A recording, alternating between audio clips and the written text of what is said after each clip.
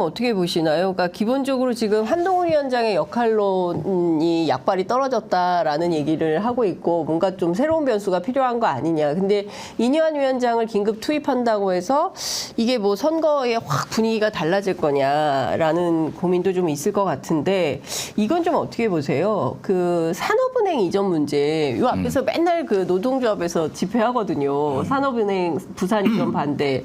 근데 한동훈 위원장이 뭐라 그랬냐면 반드시 이게 뭐 설전이 있었던 것 같아요. 산업은행 노조위원장이 산업은행 이전을 도대체 왜 하는 거냐 막 이렇게 물어봤더니 여의도에서 물어봤더니 한동훈 위원장이 이거 공약이다 우리 그래 반드시 이전한다 막 이러면서 약간 설전이 있었던 모양인데 이게 부산 민심에 도움이 될까요? 아니면은 오히려 산업은행 그 직원들은 반대하잖아요. 뭐 이런 문제가 좀 변수가 될까요? 그 부산에서 오랫동안 이제 부산에서 두 가지 이슈가 있어요. 뭐 한 가지는 가덕도 신공항 문제. 그래서 어쨌든 해결이 됐죠. 네. 많은 이제 논란 속에서. 그리고 두 번째가 이제 부산의 금융타운을 기반으로 해서 이것을 활성화시키고 그래서 홍콩과 같은 금융 국제단지를 만들겠다는 것이 이제 부산의 오랜 비전이에요. 그래서 국책은행들이 지금 이제 몇 개 뭐 기술 보증 기금 뭐 이런 것들 이제 가 있어요. 가 있긴 한데 미미하죠 사실은. 그래서 산업은행이 가야 된다는 것이 오랫동안 이제 내려온 이제 있었던 그런 이제 네. 공약들인데 네. 그래서 이제 그것을 오기를 부산 시민들은 이제 요구하고 있는 것이기 때문에 그것은 부산에서는 중요한 이슈예요. 네. 그렇지만 이제 이것이 서울 수도권에서는 간다고 해가지고 이것이 매우 이제 사실 문제다라고 하는 시각이 많지는 않죠. 그 지역구 정도에서 있는 거예요. 여의도 정도에서.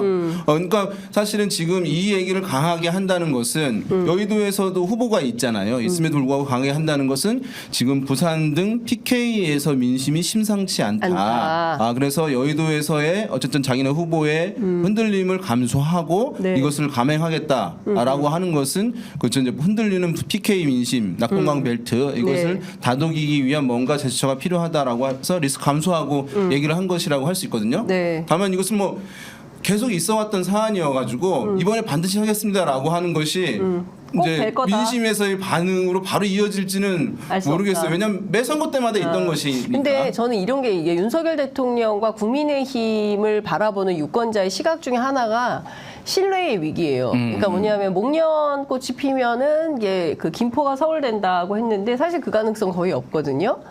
네. 없죠. 폈어요 이미. 다 폈어. 거의 없기는 뭘 없어. 아예 없지. 끝났는데 폈는데. 끝났어. 확실해.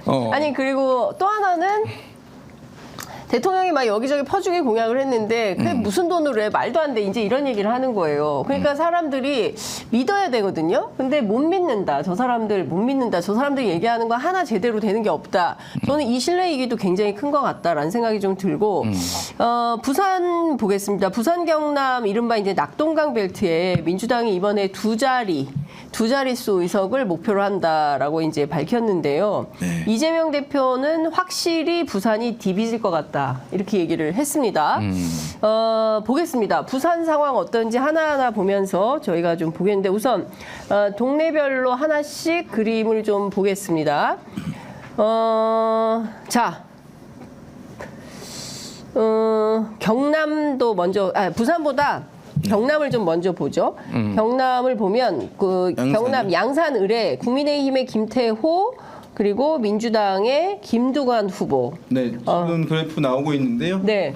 예, 여기 이 조사에서 지금 막 접전이거나 김태호 후보가 앞선 조사들도 최근에 많이 나왔었거든요. 한 지난주 열흘 전까지만 하더라도 네. 지금 김두관 더불어민주당 후보가 49%, 국민의힘 김태호 후보가 37%니까 네. 지금 13% 포인트, 예. 네, 12% 포인트 지금.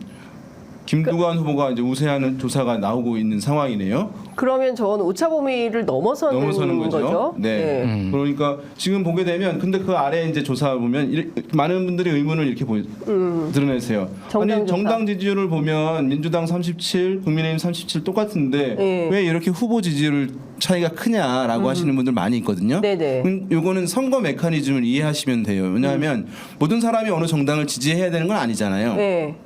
어느 정당을 지지하지 않는 분들이 있어요. 그것을 우리는 뭐 무당층이라고도 부르고 중도층이라고도 불러요. 네. 근데 이분들이 투표에 참여할 사람도 있고 하지 않을 사람들도 있는 거예요.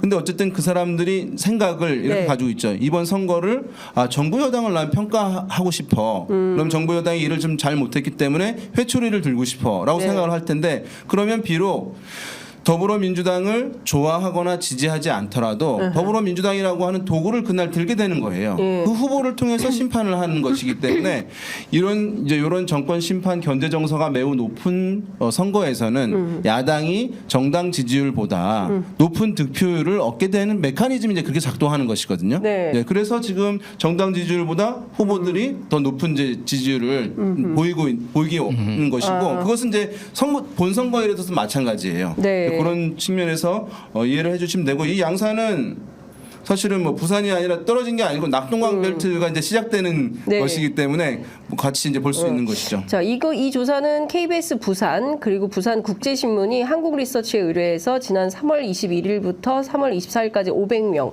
대상으로 조사를 한 거고요. 그런데 동네에서 다른 조사가 또 하나 나왔는데 이건 양산신문입니다. 양산신문이 한국여론평판연구소에 의뢰해서 지난 22일과 23일 양일간 유무선 ARS 조사 방식으로 진행을 했고 표본수는 512명인데 이 조사에서는 김태호 후보가 46.8 네. 그리고 김두관 후보가 45.5 그러니까 김태호 후보가 소폭 오차범위 안에서 앞서는 걸로 조사가 됐고요. 이걸 설명을 네. 좀 해드려야 혹시 될 것 그 그림도 볼 수 같은데? 있나요? 예. 네. 그래서 이제 또 많은 분들이 질문하시는 게 이거예요. 아니 왜 같은 시기에 조사했는데 이렇게 10%포인트 차이가 나는 경우가 예, 있고 근데 또 딱 붙은 경우들이 있느냐 예. 이거 좀 해명을 해줘야 되는 거 아니냐라고 말씀을 하시는데 네. 이 조사 결과를 이렇게 딱 보고 나면 이제 저는 그 조사 개요를 보지도 않고 지금 김두관 후보가 상당히 앞서 있던 것은 아마 사람 면접원 조사로 이루어진 조사일 거예요 라고 얘기를 하고 두 후보가 딱 붙어 있는 것은 이것은 어느 조사기관에 했는지 모르지만 자동 응답 방식으로 실시한 조사일 거예요 라고 얘기를 할 수 있어요. 네. 왜냐하면 자동 응답 방식으로 아까 말씀드렸지만 양쪽 진영의 지지층들이 이미 이제 조사 응답할 준비가 되어 있는 거예요. 이분들이 사실은 ARS에서 반응을 하거든요. 그러니까 양쪽이 사실 큰 차이가 있는 건 아니에요. 그런데 사람 면접원이 하게 되는 것은 이제 사람이 받으면 우리가 바로 끊지 못하잖아요. 그러니까 중도층이나 무당층, 정치 관심도 떨어지는 분들도 이제 응답을 받게 되는 것이거든요. 저 조사는 국민의힘이 굉장히 앞서네요. 여론. 아니 비슷하죠. 46.8이가 45.5니까 아니 정당 지지도. 그렇죠. 근데 네. 이 지역 같은 경우에는 지금 뭐랄까 이제 영남 지역인 것이니까 기본적으로 아마 40% 정도의 정당 지지율이 이제 이 고정층에서는 더 적극성이 있다고 생각돼요. 어르신들이 비중이 많기 때문에 그럼에도 불구하고 중도층들은 여기서 응답을 사실 알기 힘든 부분은 있어요. 그래서 그러면은 선거 결과에서 어떻게 나타나냐? 예. 투표율에 영향이 되는 거죠. 만약에 이제 지금 46.8 대 45.5가 나왔잖아요. 그럼 투표율이 만약에 한 50% 중반대에 머무른다 한다면 이 결과 흐름으로 갈 가능성이 있는 것이죠. 그렇지만 중도층이나 무당층 정치 관심도가 평소에 떨어지는 분들까지 투표장에 대거 나오는 60%를 상회하는 투표를 보인다고 한다면 그러면 야당을 지지하지 않지만 심판기를 가지고 있는 사람들이 투표에 나온다는 것이기 때문에 네. 앞서 보여드린 그래프의 흐름에 갈 가능성이 있는 것이고 네. 그래서 이제 이후부터는 투표율이 매우 중요한 분석 요인이 된다. 이렇게 어떻게 보시겠습니다. 보세요? 그러니까 뭐 큰 틀에서 이제 다 동의하고요. 네. 지금 여기는 여론조사가 굉장히 많이 나오고 있어요. 방금 얘기했듯이 이제 요거가 이제 최근 거고, 네. 그 동아일보가 의뢰해서 리서치가 3월 21일부터 22일 그러니까 무선 전화 면접 이거는 네. 김두관 47.2, 김태호 40.9. 그래서 아까 전에 처음 해봤던 한국리서치 KBS 부산이 한 거랑 비슷한 패턴이에요. 네. 그래서 그 전에 한국갤럽이 조사한 거는 3월 19일부터 3월 20일인데 요것도 무선 전화 면접인데 김두관 44, 김태호 43. 그러니까 쉽게 얘기를 하면 여기는 완전 접전 지역이에요. 완전 접전 지역이라고 보는 게 맞을 것 같아요. 물론 이거를 이제 여론조사 여론M이라고 예. MBC가 이제 만든 그 총선 사이트가 있어요. 네네네. 한번 검색해서 들어가시면 되는데 거기에 너무 잘 만들었어요. 예, 누르면은 양산 이제 을인가요 여기가? 예, 양산을. 양산을이제 양산을을 누르면은 여론조사가 쫙 나오거든요. 네. 평균을 내보면은 지금 현재 오늘자 기준으로 김두관 46.9, 김태호 41.9. 51.5 이 정도 차이가 난다라고 보시면 될 것 같은데 어쨌든 접전이다. 여기는 여론 향방과 아까 말씀하셨듯이 투표율에 따라서 상당히 누가 달라질 수 당선이 될지를 좀 있다. 봐야 될 것 같습니다.